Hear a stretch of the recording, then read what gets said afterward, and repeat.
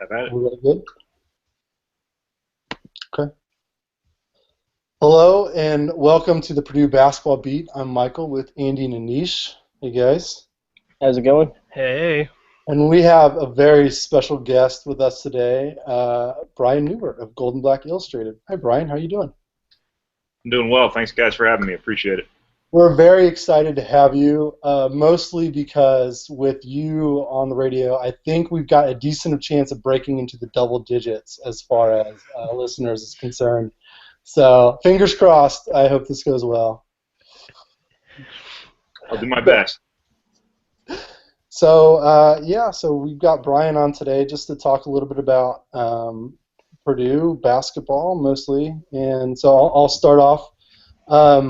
So how long have you been at GBI? Since 1999 in some capacity or another. You know, I went to Purdue. I worked at the Exponent throughout my college years. I began at Gold and Black as an intern back then, and got a full-time gig thereafter, right after graduation. That was in '99. So I've been at Gold and Black. How many years is that now? 15-ish years, somewhere around there. A decade and a half, amazingly.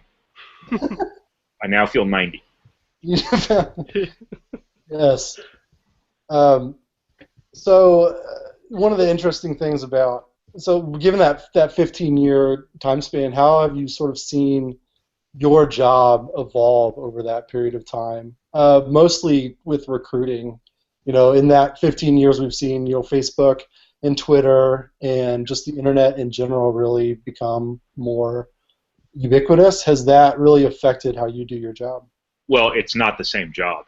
It's an entirely different job than it was when I started. You know, when I started, it was a magazine, and I worked solely for the magazine.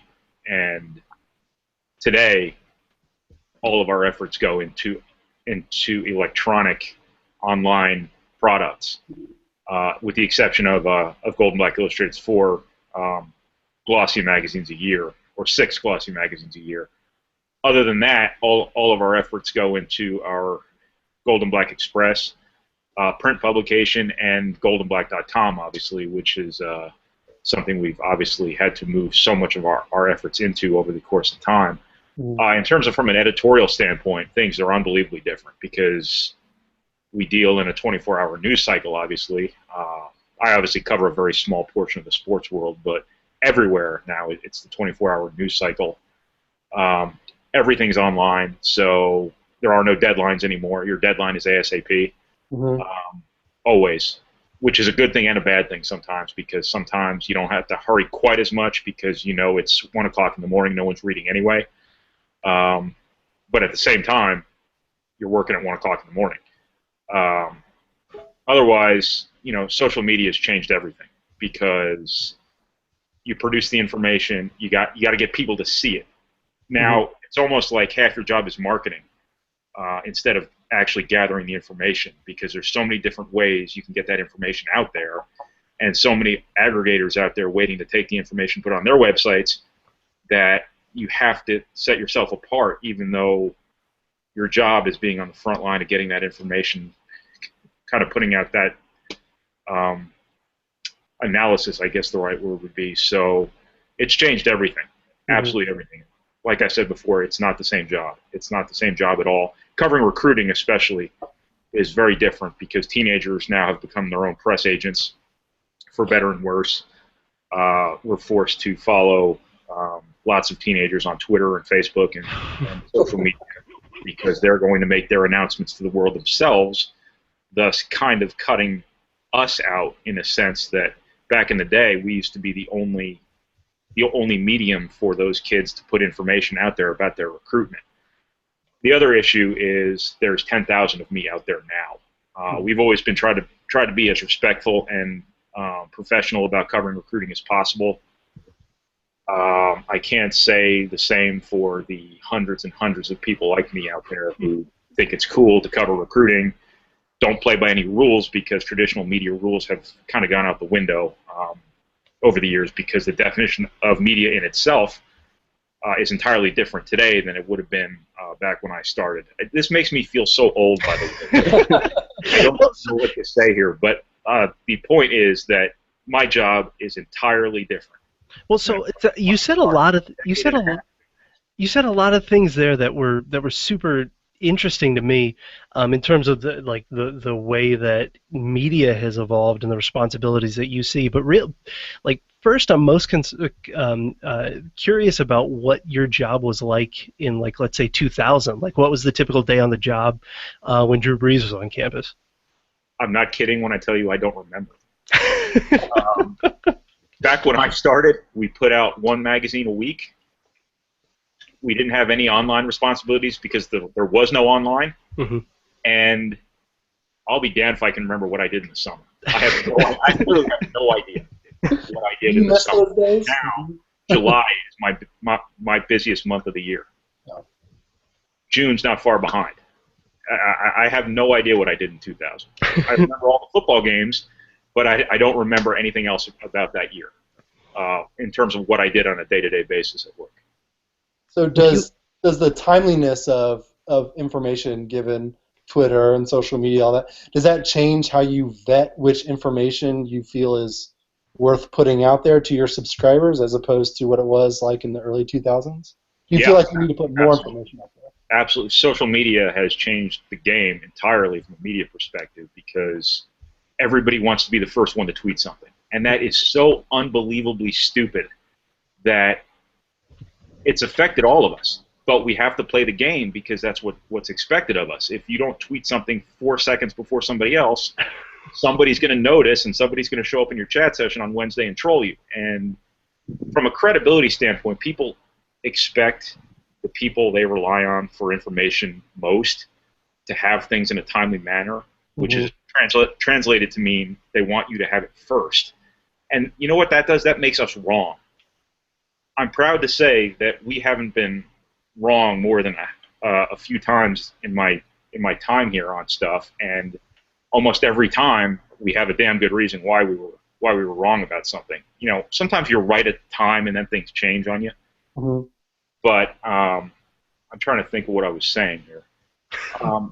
The race to get things on Twitter faster than everybody else it's created such stress on people that they just throw out whatever they get. And I think you've seen a couple of very intensely covered stories at Purdue alone here the last couple of years. When you look at Matt Painter in Missouri, when you look at Caleb Swanigan and his recruitment after he decommitted from Michigan State, how much bad information there was out there was astonishing because everybody wants to get something out there even if it hasn't been properly vetted. And there's so many people out there now talking to so many people covering this stuff that you never know what's true. You just have to trust the people you trust and, hope things don't blow up in your face. But the race to get stuff out there before everybody else is unbelievably damaging to the entire media industry, if you ask me. So I've noticed several times as a subscriber, I'll see something that you'll post on the board that looks to be like to get ahead of something like that. Is that like you're given all this information and the fact that way over half of it is erroneous? Is that the value add that you see a media outlet like GBI providing in that vetting of that information of if you hear it from this source, you know that it's true? Yeah, I mean, it's important for us. If we're not ready to put something out there as fact, it's important for us sometimes simply from a saving face perspective to just go to our people first and say, look, this is something we're hearing. Now, I always try to delineate between this is what I'm hearing and this is what is true. There's way too many people out there throwing stuff out there about here's what I'm hearing, this is true. But I always try to get out in front of that stuff, and our staff does the same, and just to tell people, look, there might be something brewing here, just kind of keep your eyes and ears open. We will let you know as soon as we know something definitive. But it is a great challenge. Now, the other part of your question before is what social media has changed for us in the sense that obviously we run a subscription website, and we've had an unbelievable response over the years to our website and an unbelievably loyal following, which we appreciate profoundly. But it is a very difficult line to walk because social media, by very definition, is free information, and we try to set ourselves apart as much as possible with the kind of background and perspective and analysis we think we're able to provide because we've got 50 years or whatever it is of experience covering Purdue and whatnot, and people on Twitter can barely spell. But I say that with love. You guys, I'm obviously not talking about you guys. He's talking to me. He's talking about me. It's okay. He's talking about me. I know how hard it is to spell on Twitter. I've had my share of typos because Twitter, by nature, hurries you up. That's another pitfall of Twitter. But it's just a pretty big challenge for us to make sure we are differentiating ourselves from free social media and whatnot. I think we do a great job adding value to things. I just hope people know that, and that's kind of my commercial here for goldenblack.com. So we are a subscription site. So is the newspaper nowadays. The newspapers are asking you to subscribe as well. There's a lot of great bloggers out there. A lot of great bloggers. A lot of people doing a lot of good work, including, I think, your guys' site. There's a lot of idiots, too, though. You have to have a filter, and unless you have a really discerning, critical eye, it's very hard to delineate one from the other. So you can feel free to name anybody you would like. Yeah, I'm not going to do that. So Brian, let me ask you this one question. So the changes and I guess the way that your job has evolved puts you in such a different position in terms of the feedback that you get and the response from people, and I think also the passions has grown too as we get this new information. How has that affected you personally? Because I know that when I write something to a small audience, I get a lot of pushback or any mistake or misinformation. People love to point that out. I mean, how does that impact you, knowing that no matter, basically you're almost in a lose-lose situation, that no matter what you say, there's going to be people who argue or want to troll you. Yeah, that's a good way to put it. I mean, I don't want to paint a picture that I'm just under this incredible, scrutiny all the time or anything like that. But there is pressure, and that's what this new environment has kind of created. This thing doesn't leave my hand typically, which is, unfortunate sometimes. But no, but yeah, that's kind of the environment we exist in nowadays. But at the end of the day, I get paid to watch football and basketball, so I have no complaints whatsoever.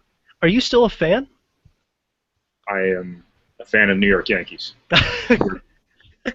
So when approximately did your Purdue fandom kind of take a back seat to everything? I mean, so I assume, from reading you, I can tell that it's very much an unbiased, and you can be unbiased. You can write unbiasedly as a fan too, but I can tell that you take your job much more as a neutral journalist than a fan writing unbiasedly, if that makes sense.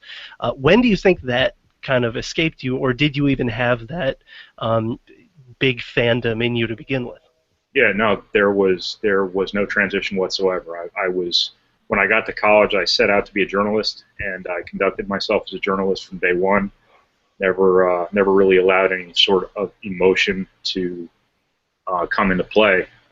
Now, the one thing I will say about media objectivity is there's not a person on this planet who would rather deal with unpleasant people than pleasant people. So when people say that the people who cover stuff have no stake whatsoever in their teams being successful, I would rather deal with pleasant people. We'll put it that way. But I'm a fan of the New York Yankees and the New York Jets. Otherwise, I am just a man walking the earth like Kane in Kung Fu. So we've talked a little bit about how social media in this sort of new media age impacts your interaction with subscribers or other people who are interested in the thing that you write about, but how does that impact how you get information from or just interact with recruits or the circles that tend to surround recruits, since recruiting is such a big part of what you do? Yeah, I mean, I think any journalist is critical to establish relationships with people and maintain those relationships. And when you've been doing something for 15 years, you've established a lot of relationships. So a lot of time I spend is stroking is a bad word, but maintaining relationships with people who can help you at some point in time. And a lot of those people are there for you when you need them, and that is very much appreciated. You know, you are only as good as a reporter, as a journalist, as the people who help you. And I think every young reporter needs to understand that. Every young reporter needs to know that you are only as good as the people who are helping you do your job. And that has very much been the case for me. You know, it's so important to establish strong relationships and mutually beneficial relationships too, if that makes any sense. So from a mutually beneficial standpoint, is that what you're providing back, like exposure for athletes, just general networking? What's that relationship look like when you're talking about high school coaches or AAU coaches or parents or recruits? Well, now more than ever, I think it's just whatever is mutually beneficial. Getting the story out accurately, I think, is something everybody should have at the top of their minds nowadays. When it comes to recruiting, that's one thing that doesn't happen very often. I think it's very important to a lot of people for their stories to be told accurately and professionally and with the majority of the words spelled correctly.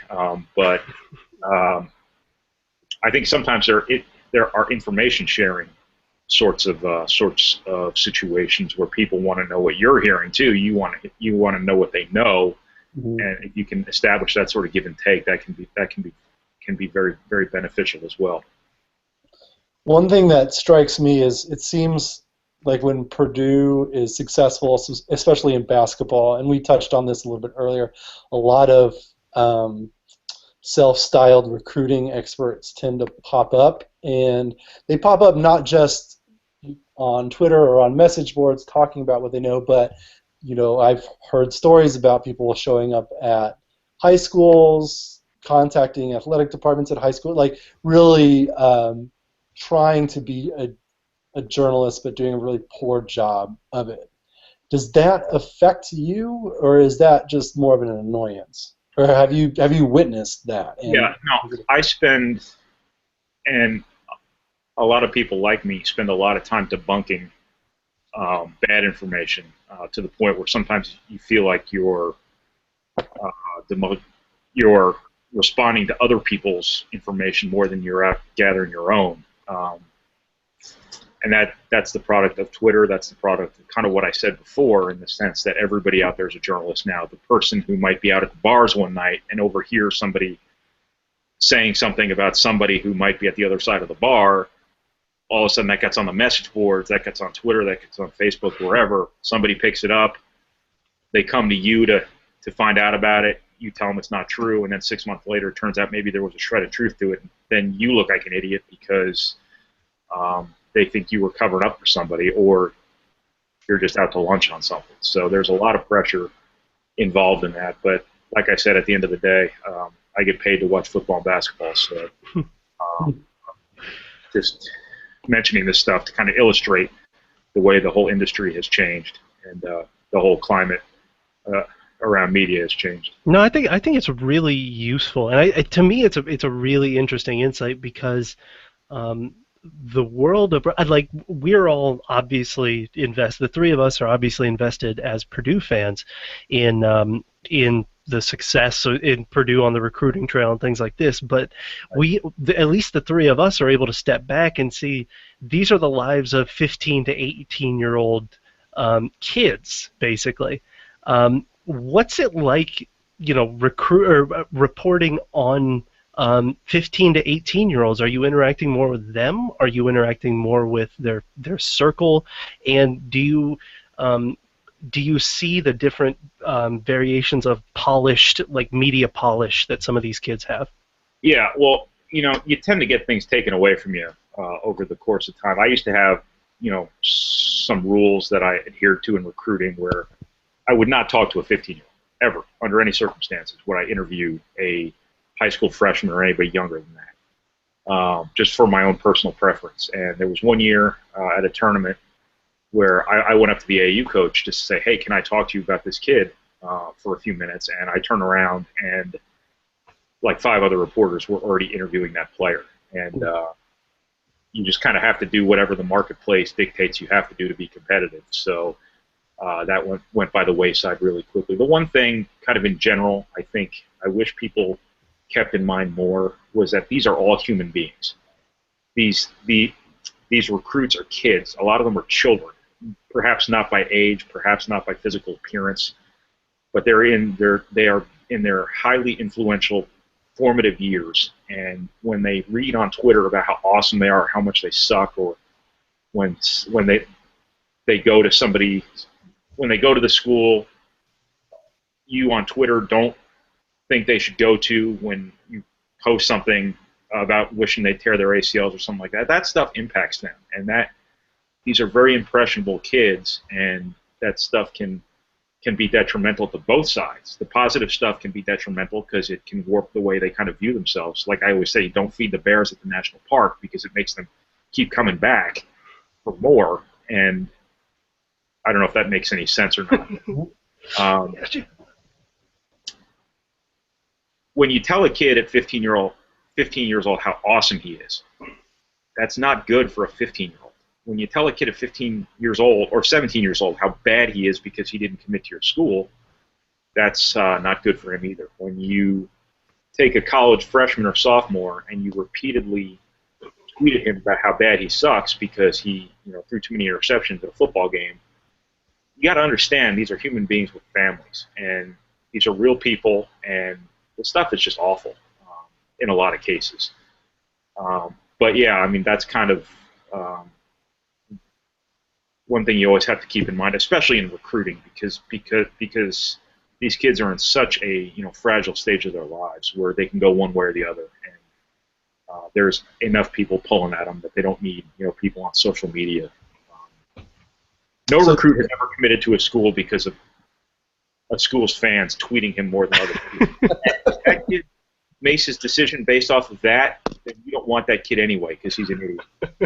And I just called a teenager an idiot after I just said teenagers in general. So that's somehow worse or better? No. Do you get the sense that do some pay more attention to social media than others? There's been one football recruit in particular who ended up not coming to Purdue. This comes to mind as someone who paid a lot of attention to what was going on social media. Or do a lot of these kids, do they have to adapt and learn to block some of that stuff out? Well, it's their world. Social media is their world now. I don't even know what I'd compare it to for my generation, but this is, every kid nowadays has a national audience, a national platform. And to be honest with you, if I were 15 or 16 years old again, I'd have no idea how I'd handle that sort of thing. Absolutely. I would probably post 20 times. Hell, I'm 38 years old. I can't stay off Twitter. I tweet all the time. And I tweet about half as many times as I probably could. I don't know what I would do when I was 17. I don't blame these kids at all for being that active on it. This is how they interact with their friends. This is how they keep up with the real world. This is how they get their news. This is their world, and we're all kind of peeking into it. And when people step across that line and start, trying to force themselves into that world, very often bad things can probably happen.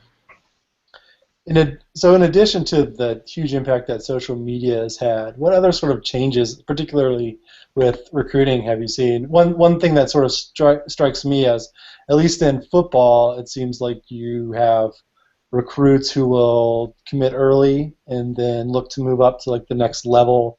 Might take a MAC offer and then entertain offers from like Purdue. Might take a Purdue offer and then entertain offers from Ohio State. Is that change, or are we just more aware of that because of the increased media presence? Well, I think more guys are probably committing early because of the scrutiny on them right away. I'm guessing that's the fact. I think more kids are probably committing early too, and I'm talking more about football than basketball here, because football and basketball recruiting are still very, very different. I think in football, a lot of guys now are savvy enough to understand that they can work the system. They can accept their first scholarship offer and then just see what happens. That way, if nothing else happens, they've got their place reserved. The one thing media attention on recruiting has done is it has empowered the recruit.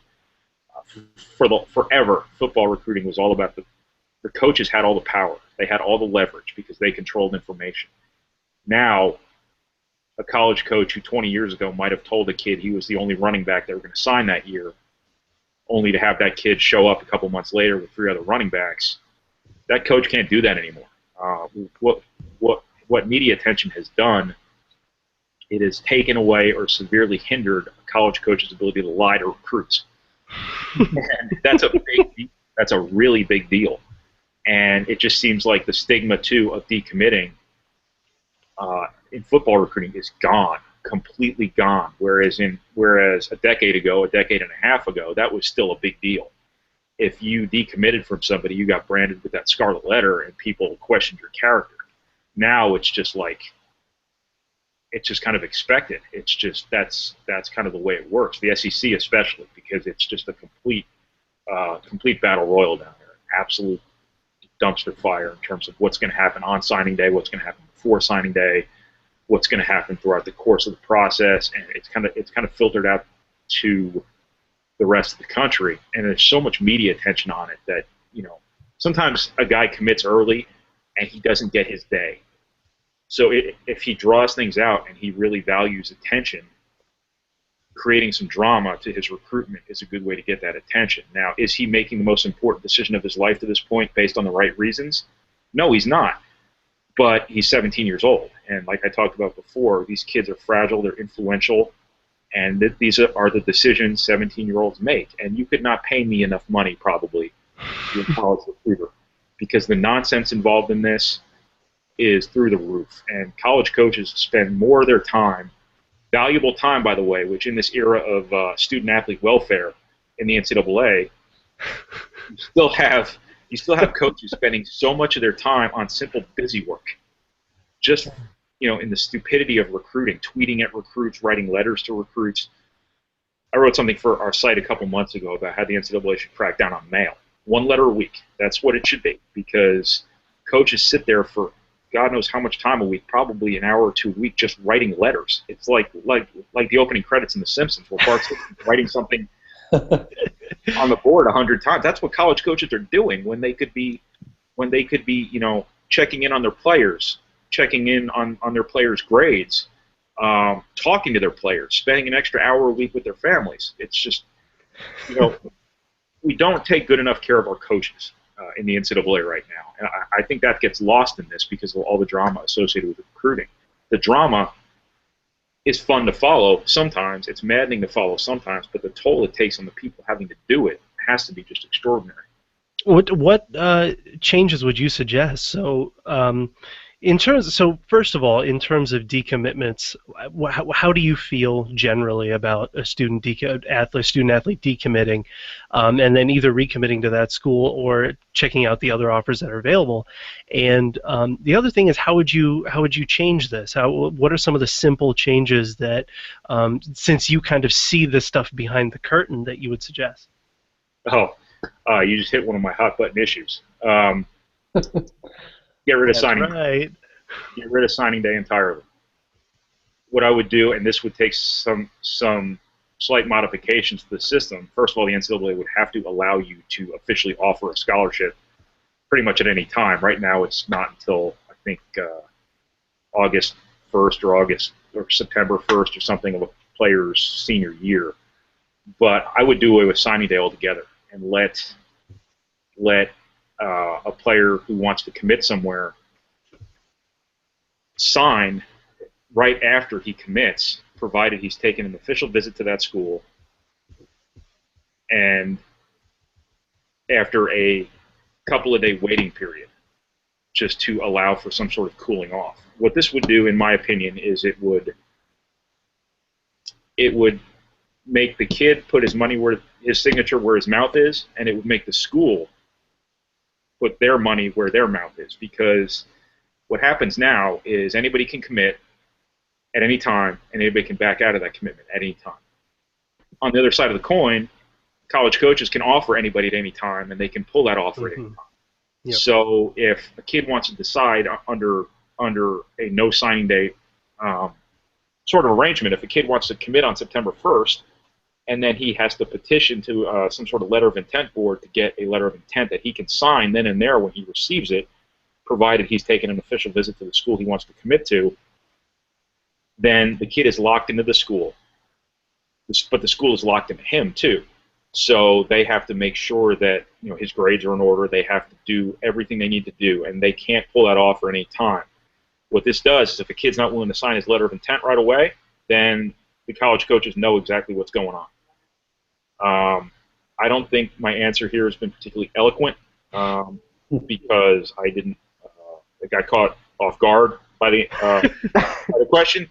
But it's gotcha. Really, I promise you, it was spelled out in extraordinary detail and very funny lines, and something I wrote called a recruiting manifesto a couple months ago on our site. I have no idea where it is, but basically the proposal would be to do away with signing day altogether and allow for kind of a floating system where a kid could get a letter of intent after he takes an official visit to a school, sign it right away, and it's all over then and there.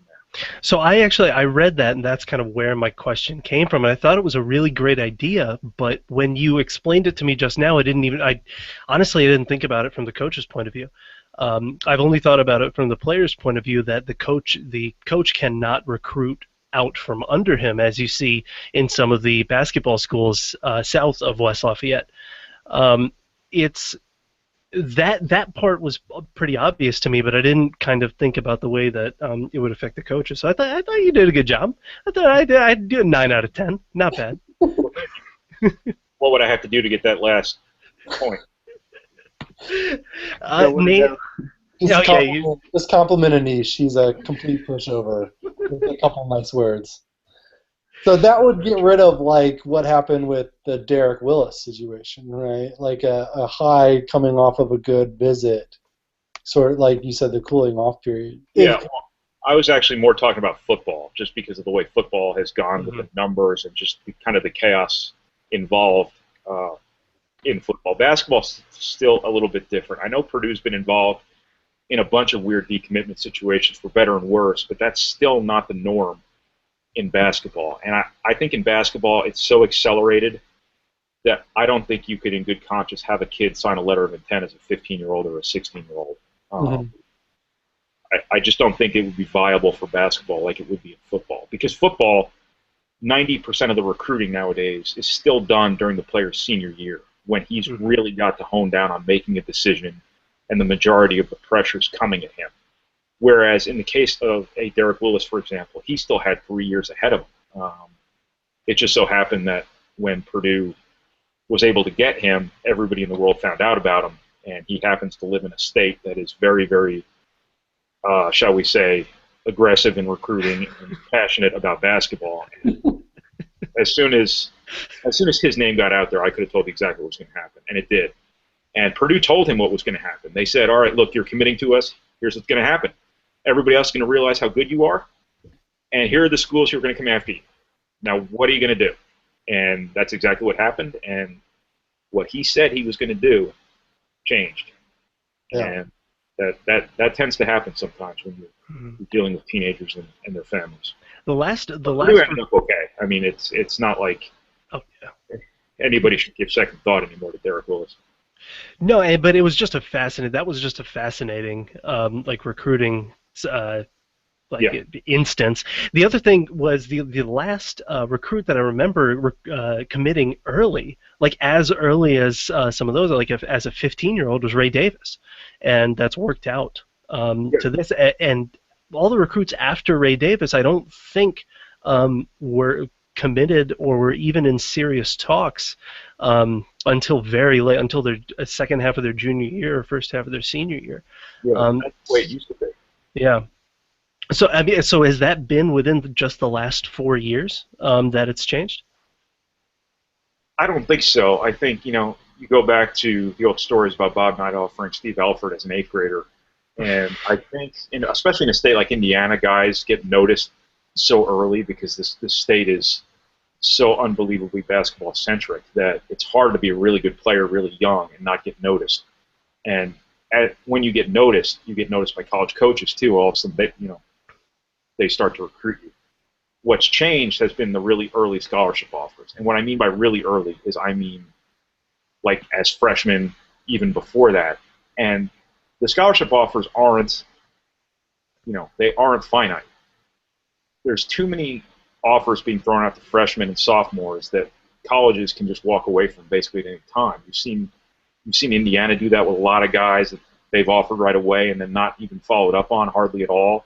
You've seen Purdue even do that. But the thing with offering 15-year-olds is that you have no idea what they are going to be. Mm-hmm. You can look at them as 15-year-olds and say, hey, this kid's big, fast, whatever else. He's a good player. Here's what he can do from a skill set perspective. But you have no idea what he's going to be 4 years later. The kids get better. They are not static beings. They get better and they get worse. And sometimes a kid as a 15-year-old is physically developed, or he's unbelievably advanced as a basketball player, and then he doesn't get better. And then everybody in his class passes him up because they're still young and they still have upside, and they accelerate beyond a player who's already where he should be as a high school junior or senior, as an 8th grader or a high school freshman. So that's what makes it such a dangerous game for basketball recruiters. Because you offer a kid as a sophomore, he commits, you're stuck with him. In most cases, I mean, there are ways out, but you don't want to exercise those ways out because you burn bridges with people. It's not the right way to treat people. But coaches play this unbelievably dangerous game when they're recruiting these guys so early. But it's like anything else. Is if let's say Purdue doesn't do it, somebody else is gonna. And to stay in the game, to be able to get guys, you have to adhere to the conditions on the ground. And right now in basketball recruiting, the conditions on the ground are to recruit guys this early. And it's not healthy for anybody. It's not healthy for the kids. It's not healthy for the college coaches. It's not healthy for anybody. But that's kind of the way things have gone. Things get crazier and crazier every year. So kind of like the intersection of like just real quick, because I have to bring his name up because we're doing a podcast right now. An interesting thing happened that I don't think too many people noticed was that Vince Edwards almost tried to commit as like early sophomore. And I do remember that that it was directed at Micah Shrewsbury. He was like, Coach Shrew, I got some good news for you. And then either that tweet deleted right away or nothing happened after that. Did the coaches talk him out of it, or can you talk about that? I don't know. No, the coaches would have taken his commitment in a heartbeat. Yeah. I think what happened was cooler heads kind of prevailed, and I think kids are emotional, just like the rest of us. You get wrapped up in a great visit, you get wrapped up in a great phone call with a college coach, and you just want to commit. But you don't always look at the big picture. You don't always understand that you have to make decisions based on substance, and you have lots of time to develop that substance. You don't want to make a rash decision because it's the most important decision you will have made in your life to that point. And to talk about the specific instance we're discussing here, Vince Edwards comes from a very basketball-savvy family. His father was a great player at Wright State. His mom played college basketball. His 2 older brothers played college basketball, and I think probably there was just some sentiment that's like, hey, we hold the cards here. You're in a great situation. Let's just kind of let things play out a little bit. Let's make sure this is what you want to do. And as it turned out over time, Purdue remained what he wanted to do, and some other people came at him, but he was pretty sold on Purdue. That didn't change over the course of time, and he ultimately made the same decision he wanted to make as a high school sophomore. Before a program like Purdue, it doesn't seem like Purdue can wait. It's a weird balance, because if Purdue waits until a kid's senior year, the summer for the senior year, it might be too late to get in. But if you offer early and it doesn't pan out, then you're in a rough spot. So for Purdue to be successful, is it simply a matter of hitting more often than you're busting on some of these early offers? Or how do you, as a coach of a program at Purdue's level, sort of manage that balance? Well, the longer you recruit a kid, the better you know him. The longer you recruit a kid, the better relationship you have with him. So when you recruit guys really early and they commit right away, you can't be dead certain what you're getting. And I think Purdue got burned on that a little bit there for a while when they it just so happened those two back-to-back classes, everybody just committed right away. It was the weirdest thing I've ever seen in my life. Fans got to the point where they expected, because of those two classes, 2012 and 2013, where if a kid was offered as a sophomore and he didn't commit, fans on our message board were convinced that kid was never coming to Purdue. That's just not reality. It just so happened those two classes were so weird. But I think, Purdue missed on some guys because they filled up so early. I think they kind of recommitted themselves after that to kind of playing things out a little more. Matt Painter said that he hasn't been solely focused on recruiting Indiana first and foremost as he was before, and he has gotten some guys that he recruited later in the process these last couple of classes. It's working out pretty well for him. Mm-hmm. Purdue's got a great core in place right now of guys who were recruited. They weren't the guys who committed as freshmen, who were offered as eighth graders, or who committed as sophomores when they were offered as freshmen. There are good players Purdue got in those situations that are still on this team, but when you look at their core right now, they're all guys who kind of were picked up relatively late in the process relative to some of the guys who came before them.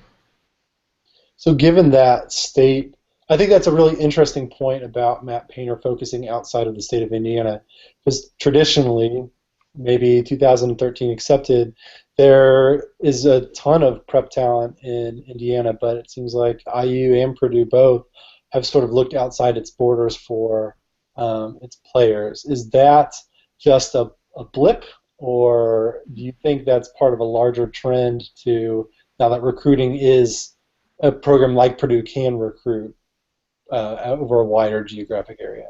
Yeah. Make no mistake about it, Purdue's still going to recruit Indiana first and foremost. They're always going to be on top of the best players in the state at an early age. They're just not going to, put their sole focus or the majority of their focus on Indiana. You've seen what they've done in Ohio. You've seen what they've done in Texas. They've recruited all over the place. And I think maybe in years past they would have just offered the 10 best players in Indiana, seen who they could get, and then kind of adjusted accordingly. Now, based on what Matt Painter's both said and done, it looks like he might offer 5 guys really in Indiana and 5 guys in Ohio, or 5 guys from here or there or wherever else, instead of just being so focused on Indiana. So it's not like Indiana's not a focus anymore. It's just not their sole focus. There's a common theme that you hear sometimes from Purdue fans that the cards are sort of stacked against Purdue and Indiana. Do you feel like there's any sort of truth to that? It does seem like Notre Dame football and IU basketball are sort of the behemoths in the state, but do you think it's really as bad as some people make it out to be? Well, that's always going to be a challenge at Purdue. There's all sorts of reasons why, but this is obviously a state with a pretty intense Indiana following in basketball, and I suppose a pretty intense Notre Dame following in football, even though Notre Dame's more of a national brand than it is a local brand. Mm-hmm. But that's just kind of the nature of the two schools, their stories and their kind of infrastructures. Indiana has a lot of alums in Indiana and a lot of Subway alums, and that's the product of a lot of years of winning. A lot of things that Purdue would have to do a lot of winning for a lot of years to overcome. And this state's still crawling with IU fans, and I don't think that's ever going to change. And that's something to overcome in recruiting, because when you have a kid who is considering Purdue and Indiana, chances are when you play the Kevin Bacon game, you're not going to have to go much farther. You're going to have to go a lot farther to find a Purdue influence than you are an Indiana influence. That's almost always the case. That's not always the case, but it's very, very common that there's going to be an IU person or an IU influence closer to a kid, whether it's an AU coach, a high school coach, just a fan, a parent, whoever else.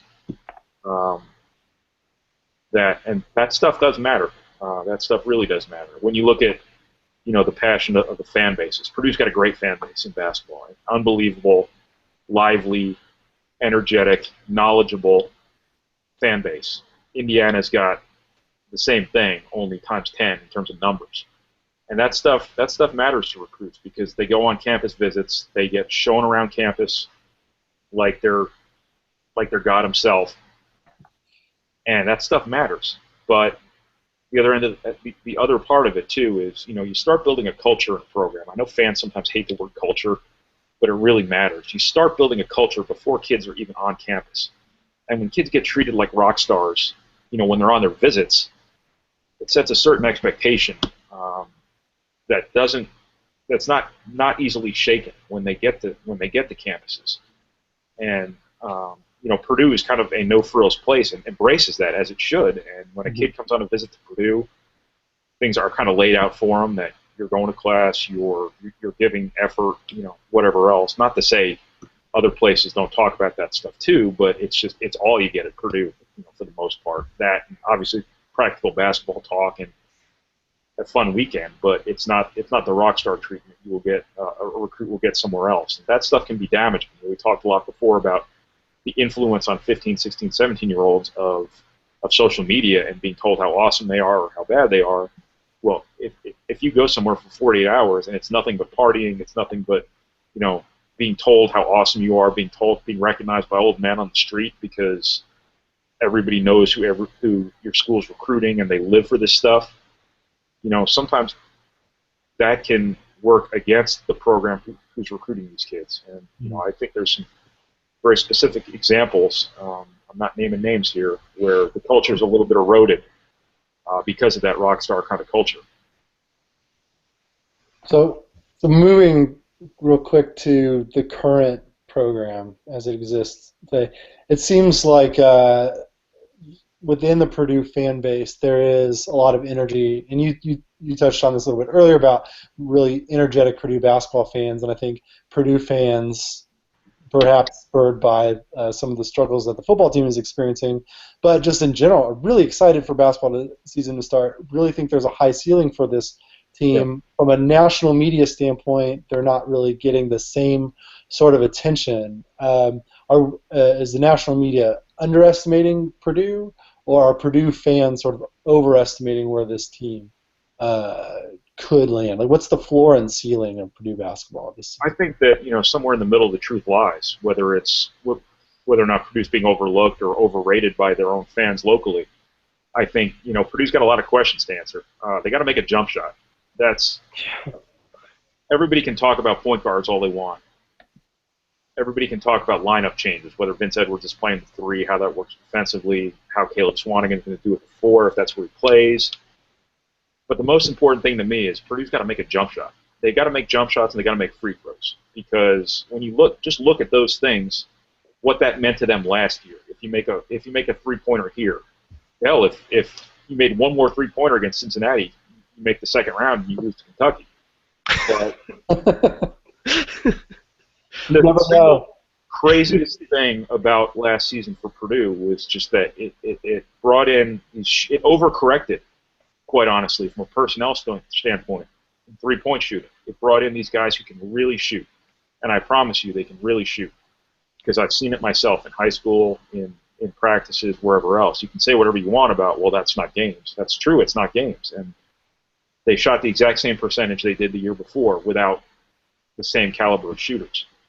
And the way Purdue's playing, in terms of its emphasis on the post, the value of being able to make jump shots cannot be overstated, because of the room you need to operate down low with Hammonds, Haas, and now Caleb Swanigan. So the most important thing to me is their ability to make jump shots. And they generated better shots for better shooters last year, and they didn't improve at all. And that was absolutely bizarre. So that it starts right there. Obviously the point guard position, John Octius is going to be very difficult to replace. John Octius was a good player, but John Octius was a great player in context for Purdue last year because of what they didn't have going into the season. Hell, what they didn't have 2 weeks before the season. So I think P.J. Thompson will be much improved. I think Johnny Hill will be solid. But there are a lot of questions, and that's where you can look at Purdue like, well, maybe they shouldn't be in the top 25. But then the reasons maybe they should be in the top 25 are that there's a lot of them. There's not a school in the country that can match both their size and their ability down low. Those aren't just 3 really big guys. Those are 3 really good big guys. And 75% of the teams in college basketball don't have one really good big guy. They would kill for one of these guys. Purdue's got 3 of them, And I think Vince Edwards is going to be a really good player. I think people realize that now. I think people who paid attention last year know he's going to be pretty good. I think people realize, too, Kendall Stevens and Dakota Mathias kind of as a tandem at that 2-guard/3 position have a chance to be really good. So people know what Purdue has. It's just a matter of, they have some questions to answer. So I think fans probably are focusing on the good things, which is what they do by nature in most cases. National media are focusing on the questions, which sometimes is what national media tend to do by nature. So as I said before, I think, whether they're overrated or by fans or underrated by media, I think kind of somewhere in the middle the truth lies. Do you think any of the shooters, you're talking about Ryan Klein that they're bringing in? He's tremendous. Also, Grant Weatherford is this Chris Kramer-esque comparison has come up. Do you think either of them redshirt, or do you think, as Bullard would like to question, Isaac Haas takes a redshirt just to get stronger, just to get a little bit stronger? Yeah. You could stand to put on a couple pounds. I'd be surprised if one of those guys didn't redshirt because of your numbers. It's like, well, where are they going to play? Just when you look at them on paper, you have to see an opportunity for those guys to play. And I know I just said that the most important thing for Purdue this season is to make jump shots, and Ryan Klein is a diabolical jump shooter. But you have to assume Kendall Stevens and Dakota Mathias are going to be better because they're better shooters than they showed last year. The universe theoretically has to balance itself out. I just don't see where you find minutes for both of those guys. To be honest with you, I would be surprised if, and we've written a lot about this at goldenblack.com, I would be surprised if Ryan Klein didn't redshirt because, Matt Painter talks all the time. I call it the Ryan Smith principle, where he wasted, by his own admission, he wasted Ryan Smith for a year, and then by the time Ryan Smith was a senior, he was a good player you could win with. And they should have had him for 4 years. Instead, he played very sparingly as a freshman, and that cut his career short on the back end. And I don't think Matt Painter ever wants to make that kind of mistake again. So I think situations where it's a 50-50 deal, you always have to play the guys who can help you win now. You have to have all hands on deck if you think you can win with the team you have. But if there's a guy who's a little bit superfluous, you can't get him into the rotation, or you don't think the payout is going to be as much as it needs to be to justify using him, I think Matt Painter is going to err on the side of redshirting guys, and I think Ryan Klein is the rare instance of a guy who probably can be held out this year without you missing much of a beat, because you essentially have two starters at his position right now, but also somebody who's going to be down with the idea, who's going to be receptive from the very start of the conversation. Because in recruiting, he and his family talked about understanding the value of redshirting if that's what Purdue wanted to do with him. So I think that's not even going to be a very difficult conversation for Purdue to have if they come to the point where they want to have that conversation. So it's a very unique circumstance. Sometimes with players, you have to explain to them why. You have to sell them on redshirting. You have to convince them. And you have to make them understand that by wanting to redshirt you, we're not telling you you're not good enough. We're telling you that we think as a fifth-year senior, you're going to be way better than you will be as a true freshman. And I don't think you have to worry about that with Ryan Klein. I think he's naturally wired to understand that stuff. Johnny Hill. I have only seen YouTube highlights of Johnny Hill. What does he give this Purdue team? Noctius gave shooting, athleticism. He was also a very underrated rebounder. He was that jack of all trades that Purdue needed last year. Johnny Hill, can he step into that same sort of role, or is he going to be a different kind of point guard for Purdue? Yeah, the word I keep hearing is just solid, reliable. That I think he's going to be somebody. When you look at Purdue, what do they need from their point guards? Move the ball. Defend and don't screw up. Don't turn the ball over. If Purdue can get guys who just defend the position the way Purdue needs it defended, and get Purdue into its offense, get the ball where it needs to be, and it's pretty obvious where it needs to be, and don't turn the ball over, don't make mistakes, Purdue's going to be fine because they have one of those true situations where the point guard is there to just get the ball to other people, to get their personnel in the best positions to win basketball games. And Purdue's got personnel around their point guards good enough to win basketball games. and it's just going to be the point guard's job to just be solid. I know that sounds like I'm channeling Matt Painter because that's what he says all the time, but it's absolutely true. Is you don't need, you're not running a point guard centric offense here. You're not running this isn't a point guard program right now. This is a big man program, and the point guard's just part of it. And I think between P.J. Thompson and Johnny Hill, you just need those guys to kind of do their jobs, to use another horrible coach's cliche that drives us nuts. You're becoming one of them. I am. 15 years of listening to this stuff. It wears off on you. So I think I'll wrap up with a lighthearted question. What's your favorite running joke on Knucklehead Central? I'm going to go with the neck tattoo. Do you have a personal favorite? Yeah, I shouldn't have done the neck tattoo thing. That's something I really regret, because what that did was that made me the story, and that took some attention off Trayvon Blewett and what was actually going on in that recruitment. I really shouldn't have done that, but that has gotten pretty funny. I don't know where the $10,000 a week thing came from. I think that was a typo. I kind of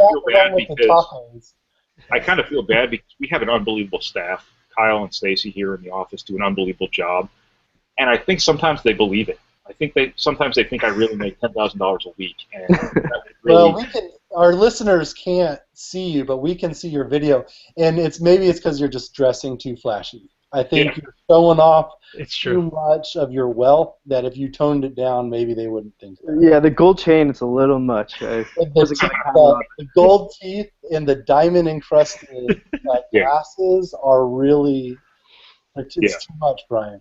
Pretty big time, huh? We are interviewing Lil Jon from 2005, if you didn't know. Well, thank you very much for coming on and talking to us. Really got a lot of great insight into what you do and how you sort of go about your business. And for anyone listening who is not a subscriber, I don't know why you aren't. I don't know why you're listening to this and not subscribe. I don't know where that Venn diagram is, but. But thank you very much for coming on board. Really no problem, guys. Thanks for having me. I really appreciate it. Thank you. All right. Thanks, Brian.